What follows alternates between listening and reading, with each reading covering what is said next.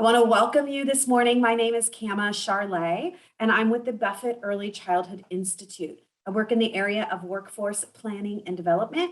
When we talk about workforce, what we mean is the early childhood workforce.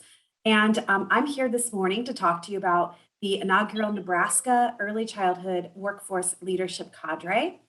The application is officially live, and I have placed the link to the application website in the chat. So you are welcome to click on that and look through the application.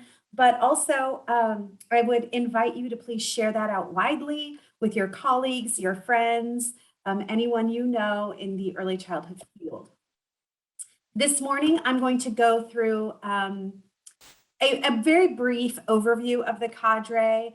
I want to tell you what a cadre is because I always get lots of questions about why we're calling this a cadre. I'll speak just briefly on why we're creating an early childhood workforce leadership cadre, and then really the details that so many of you want to know, like how cadre members will be chosen, what is the cadre going to do, how will cadre members be compensated, and what are some outcomes that initially we hope the cadre will achieve. So let's jump in. If you have questions along the way, I would invite you to insert those right into the chat or just to come off mute and ask me a question. Because I am sharing my screen, I cannot see all of your faces or names. So if you do come off chat and or raise your hand in the Zoom meeting, I may not see it. So again, feel free to drop those in the chat or to just come off of mute and interrupt me. That's okay too. All right, so let's start with why we're calling this a cadre. A cadre is a group that holds a specific frame of reference or has a unifying relationship. And I think a cadre is what the early childhood workforce is itself very broadly, but we are looking for 25 early childhood professionals who will come together over a course of 3 years and grow together professionally in community with one another so that they can lead change efforts in their communities and across the state. Early childhood professionals have a very unique perspective of the needs of children, families, and the communities where they live because of the nature of your job. And the lens of that very unique perspective should always be front and center in conversations about the future of Nebraska's early childhood workforce. You may have heard, I certainly have heard the saying, nothing about the workforce without the workforce. And we are putting that into practice through the development of this cadre. So what I have on the screen here is a table of people, pretend people, who seem to be disengaged in a meeting. And sometimes early childhood professionals are invited to sit at tables where decisions are made. That might be where policy is created, where new curriculum is being drafted or created. But oftentimes when the early childhood professional is seated at the table, they don't have an equal seat at the table, right? We may be invited to join, invited to participate, but oftentimes what the early childhood professional is lacking are a depth of knowledge about what's happened historically at that table, right? What are the relationships between those partner organizations like? How have they interacted? What change has occurred already? Where are they at in the conversation? Have they been meeting for 2 years and they're just now bringing you in? So a depth of knowledge, or what I like to call the insider knowledge, that really helps you to be an equal player. Oftentimes, you are asked to participate without getting that depth of knowledge or really insider historical background. Sometimes early childhood professionals are invited to the table, but they don't have support. Again, they don't have someone or a group of people who are really coaching, mentoring them, or again, providing them the information they need to be an equal member. And finally, resources. Sometimes early child professionals are asked or invited to sit at the table where decisions are made, but they aren't able to attend because they are caring for young children and or caring for families, providing or supporting families. There's a cost to traveling to some of those meetings that often comes out of their own pockets. So if we can invite early childhood professionals to sit at a table where decisions are made, and we can increase their depth of knowledge about the issues, about the historical context, about the people, the other people who are at the table and the organizations they represent. And we couple that with a lot of support and resources, financial resources, providing subs so you can sit at those tables and attend those committee meetings. When we do that, then members of the workforce become equal members and equal participants. And that is one of the things we hope the cadre will achieve, is making sure that early childhood professionals have a voice at the table, an active voice and an equal voice at the table. So how will cadre members be chosen? Last month, I pulled together a group of 10 early childhood professionals and people I call early childhood champions, those who work in the field of early childhood or support the early childhood field, and asked them to co-create an application for the cadre. So I want you to know that this isn't something, the application was not created by me or just the Buffett Early Childhood Institute. This was a collaborative effort with a group of 10 professionals. They created the application and also had discussions and made decisions about how the cadre will be selected. The application then went live yesterday. So we are so excited, and I did drop that application link into the chat. So excited to say that applications can now be completed and submitted all the way from now until November 30th. So you or your colleagues have until the end of the month to submit that application. And again, the link is in the chat and can be shared out very widely. We hope you will. After those initial applications are submitted, a selection group, a selection team will choose a list of finalists. We are looking for 25 cadre members, and finalists will be chosen based on their responses to the open-ended questions on the application, but also based on our desire to create as diverse a cadre. Can I have that back if you're not going to use it? Oh, yeah. Thank you. To create as diverse a cadre as possible. So what that means is we'll be looking through applications to see if we have the span of Nebraska covered. So do we have applicants from the Panhandle? Do we have applicants from Omaha and Lincoln and York and Norfolk, right? So we want representation from across the state. We also want diversity of years of experience in the field, type of teacher. So if you are a K-3 teacher, a family home provider, center-based provider, pre-K teacher, Head Start teacher, we want diversity of setting, diversity of years of experience. We're looking for both young emerging leaders and those leaders who have been in the field for 25, 30 plus years. So we will look at all of the applications for both diversity of the cadre that we seek and also those responses to the open-ended questions. We will then select a group of finalists who will be invited to participate in a virtual interview. Those finalists will receive a menu of questions and asked to come prepared. These are open-ended reflective questions, and asked to come prepared to the interview, ready to answer 2 of those questions. So finalists will self-select which reflective questions they want to answer. And then that selection committee will assess those finalists to a rubric and score those finalists to a rubric. We are looking for 3 broad categories. The first is quality. So the early childhood professionals' understanding of quality and experience as a quality early care and education professional. The second is equity. So we are looking for understanding of equity and perhaps barriers and lived experience with equity or inequities.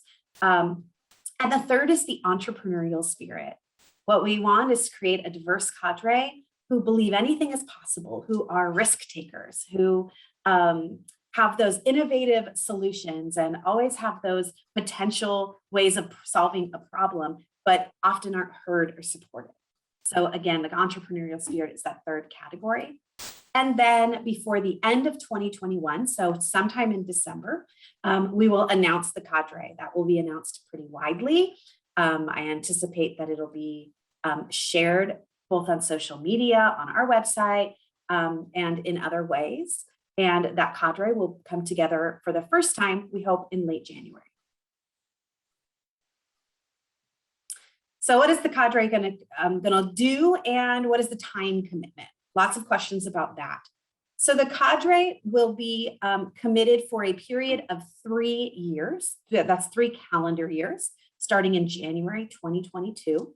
And the cadre will meet 4 times each year in person over a weekend. So if the cadre meets in January on a weekend, then they will meet again in April over the weekend. 4 in-person meetings that will be pretty, I'm going to use the word intense, but in a really positive way, really productive, meaningful time together to both grow relationships, to develop trust, and to really understand the early childhood landscape at a very deep level. Then the cadre will self-select some small groups based on, again, self-selected by the cadre. So based on however the cadre decides to create these small groups. So the cadre might decide that they want to break into groups based on the geography of where they live. The cadre may decide they want to break into some small groups based on years of experience or the setting where they teach and care for children. And those small groups will meet with me via Zoom. So in a virtual meeting, one time between each in-person meeting. So if there are 3 small groups, I will meet with each of those 3 small groups one time between January and April. And again, one time between April and July. So that's 1 in-person meeting and then a virtual meeting in between the next in-person meeting. And then finally, there will be ongoing interaction online. So we will use an online platform to discuss, share resources, to pose questions and get help problem solving through a barrier that you have from your cadre colleagues. And that's a place where we can reflect and grow together professionally when we aren't together in person. And those will be ongoing. I anticipate the total number of commitment to be about 5 hours a month, certainly no more than that. So what are some incentives for membership in the cadre? And this is always an important question for people. The first is this is a paid cadre. So we will offer $1,000 a year for 3 years of full participation. What I mean by that is if you are a full participant, you will receive $1,000 each year. If you participate, and we want cadre members to commit to a period of 3 years, but if you participate for 1 year and then for some reason you have to drop out, you're moving, you're no longer in the field, something's happened, then just to make that clear, then you won't get that second $1,000 or that third $1,000 payment because full participation is required. In-service professional development credits will be earned and can be used for your licensing requirements, certification requirements. Lots of opportunities, potential opportunities to present at local, regional, or national conferences, making sure that those are financially supported. So there is no cost out of pocket for cadre members. Travel, lodging, mileage, food, all of that will be reimbursed. Again, so there's no cost to being a member of the cadre. And we can't forget some of those professional benefits, and that is to build or to add to your professional network and to grow those professional relationships and often personal relationships, friendships with other cadre members. An opportunity to put your innovative ideas into action in a very well-supported way. And lastly, to lead change efforts over time in your community and across Nebraska. Finally, last slide, and I'm going to open it up to questions. What are we hoping the cadre will achieve? Well, first and foremost is a really deep understanding of the landscape of early care and education in Nebraska. What's happening right now? What other initiatives are started? What are people working on? The second would be a deep understanding of 2 documents that are driving systems change in Nebraska, and that would be the Nebraska Commission, Early Childhood Workforce Commission report, and then the Nebraska Early Childhood State Strategic Plan. We want Cadre members to be able to apply the recommendations of those reports, the strategies and goals of those reports to their own work as professionals.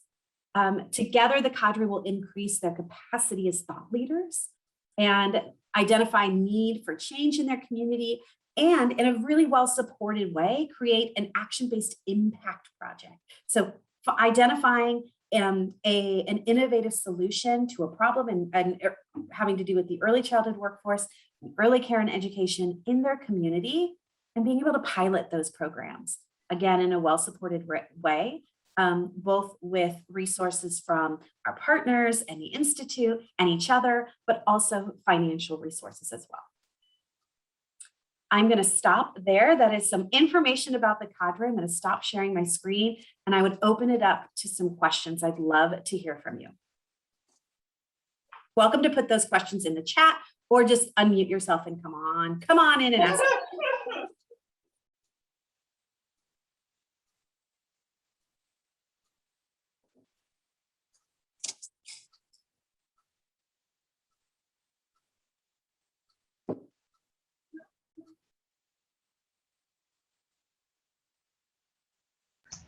I just had a Leslie, question on the application. Yeah, go ahead, Kathy, and then I'll answer Leslie's question. Oh, sorry, Leslie. There is a question on the application about teaching in a Head Start program. Our program is a nonprofit, but we have early Head Start contract for a certain amount of spots.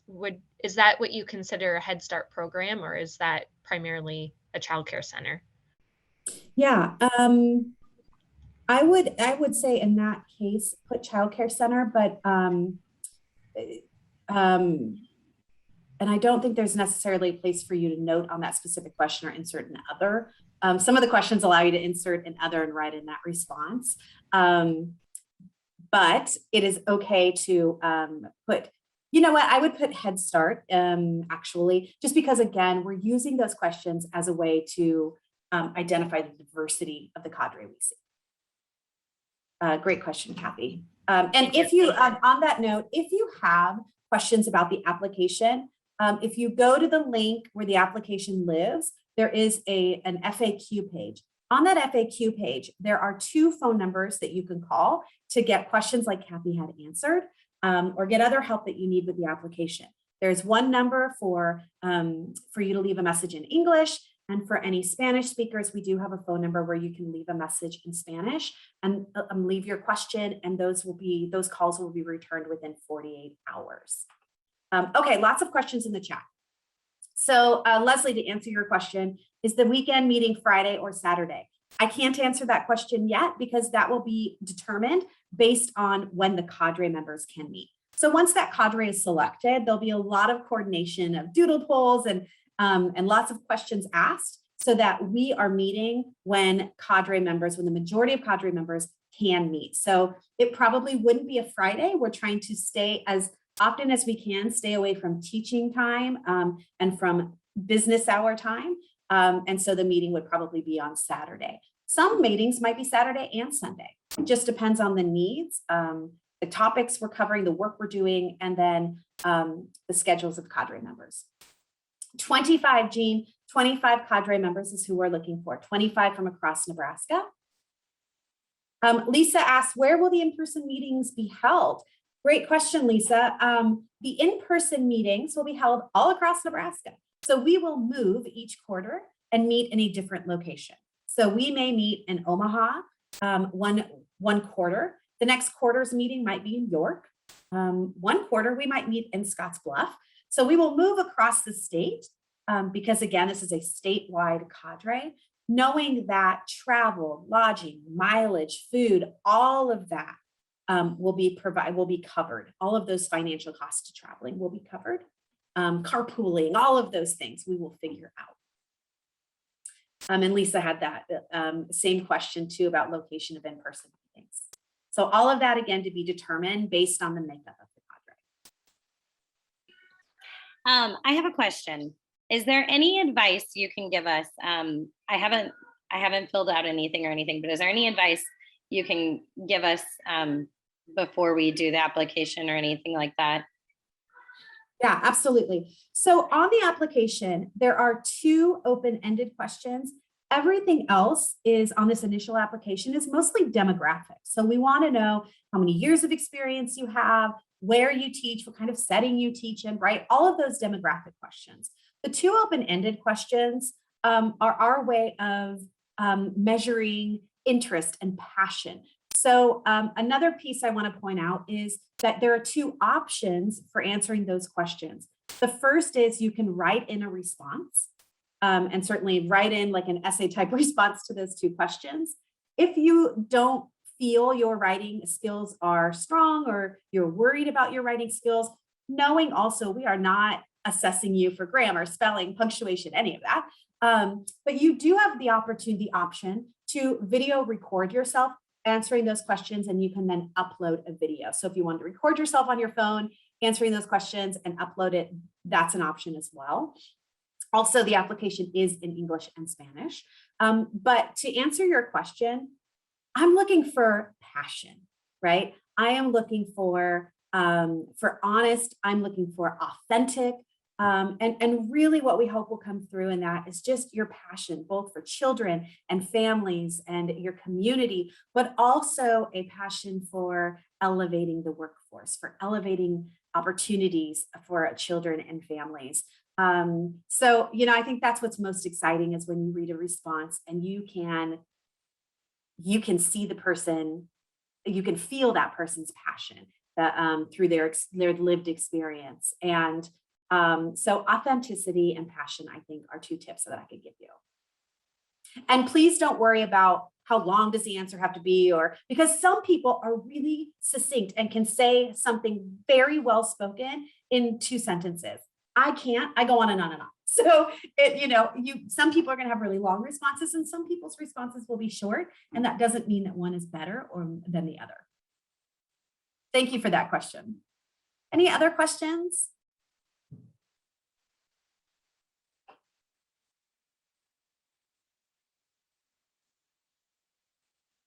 Oh, great. Nicole, will there be promotional materials provided to help you recruit providers to apply?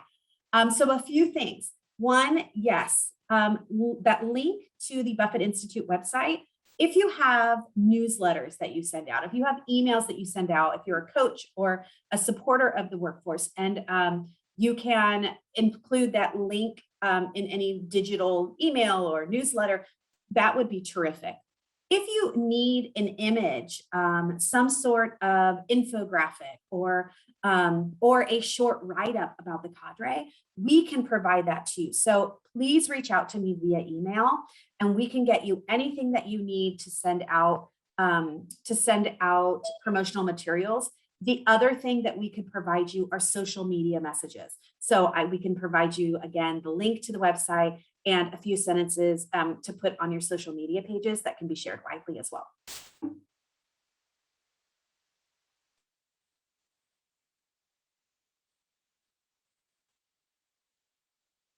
Other questions?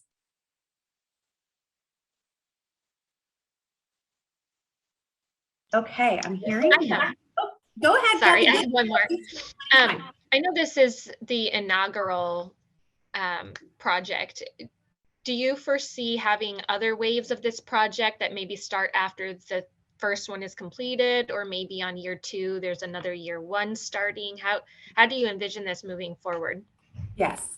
So the first cohort of the Cadre will exist together for a period of 3 years. After that 3 years, my hope is, yes, that we will have additional cohorts of the Cadre. Ideally, the way I would like that to look is that those who participate as cohort 1 or the first cohort of Cadre members will then move into kind of an alumni status, or will have opportunities to then help lead that second group of Cadre members. And all of that is dependent on funding. The Cadre is being funded both by Preschool Development Grant, which is a federal fund that Nebraska was awarded with many other states, and also a grant provided by the Holland Foundation. So we have very generous funding in place for this first cohort. I am hoping that there is incredible success that then we can take to secure funding for a second cohort. All of that is up in the air and who knows, but those are my hopes.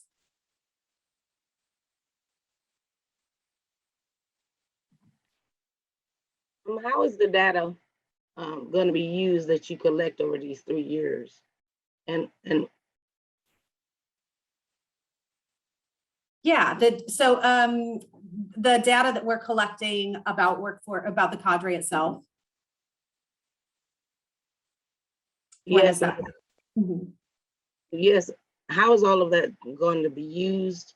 And how is this going to benefit private childcare businesses as you guys do all this? Mm-hmm. Great question. So in terms of data, that is all in development right now, how we will evaluate the cadre. We do have responsibility to evaluate because we are being funded. And so we have responsibility to our funders to show them that the money they're providing is worth it, is creating an impact. A lot of that will be through reflection of cadre members. So not necessarily, certainly we can look at the number of committees that cadre members exist on, or also the number of people that cadre members reach or talk to about experience early childhood workforce. But a lot of that is going to be through reflection and more what we call qualitative measures, which are more stories and less those numbers, right? How we're going to use that data, the hope is to use that data to show that the cadre is making an impact, and so that we can, over time, secure funding to have another cohort of the cadre. But those decisions haven't all been made yet, Gwen. I actually have a meeting today with the evaluation team at Monroe-Meyer Institute, who is helping us with the evaluation and data collection. So a lot of those questions will be answered today and later in the next coming weeks. So you answer your second question about privatized childcare. The beauty of this cadre is it brings together early childhood professionals from a cross setting. So nonprofit childcare, privatized childcare, Head Start, elementary, home visitors who are included in our definition of the workforce. And I believe there is great value when early childhood professionals can sit together at a table and better understand each other and the work that everybody does. So that professional network, I think, will be really important in developing champions in between you all. So if, for example, if a first grade teacher is participating and doesn't understand, like, this opportunity provides them the option to understand the difference between privatized and non-privatized childcare, and why privatized childcare is really essential and critical to a community's vitality, right? And why the nonprofit is also essential and important, why it's important that parents and families have choice and options. So there are a lot of lessons to be learned as the cadre grows together. And those lessons then, the hope is, are shared in their communities and beyond. I would love to talk to you more about what else could come of that, but that is, I guess, that is the short answer that I could give you, Gwen. Okay, it would have been nice they did this before 200 some daycares was pushed out of business, but okay. I'm just here to listen and learn. Thanks, Gwen. Will cadre members earn professional graduate credit? Yes. So, no, I'm not sure. No. Professional development credit? Yes. Graduate credit? No. We are working on that with the Nebraska Department of Education and one of our professional learning unit at the Institute. And we are still working through that to identify very specifically what kind of professional development credits will be offered. So it could be whether that will be professional development credits, clock hours, CEUs, different settings and licensing requirements, certification, name professional development in different ways. So we want to make sure that we land on exactly what we're calling it. And so more to come on that. I'm sorry, I can't answer that question. Will you receive credit for Professional development credit for being a member of the cadre, yes. Can we identify specifically what that will be today? Not yet, but we are working on it.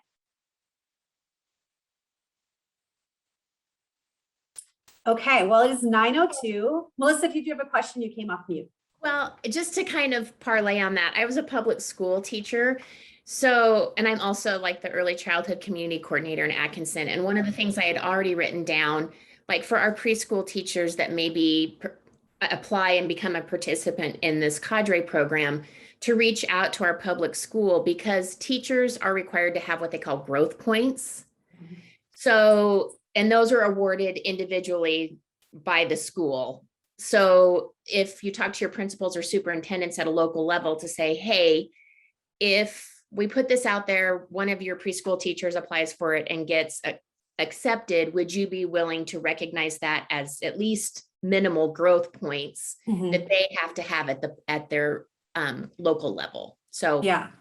I mean, that Thank may be you. something that we can do on our end. I know it would be great to have professional development or, graduate level, but that is a small thing that would maybe help entice them, because they do have to have growth points within a certain cycle period.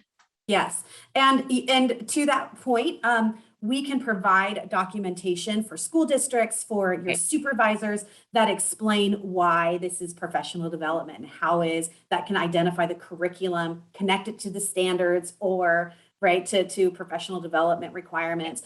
All of that we can support members through, specific to the setting where they care for children. So if it is CDA hours, if it is professional development credits for the school district, we will work through that with individuals to make sure that they have the documentation that they need. Okay, great. Thank you. Yeah, thanks for bringing that up. Thank you so much. I hope so many of you apply. I am excited, beyond excited about this opportunity for early childhood professionals. Thank you so much, everybody. Have a wonderful day.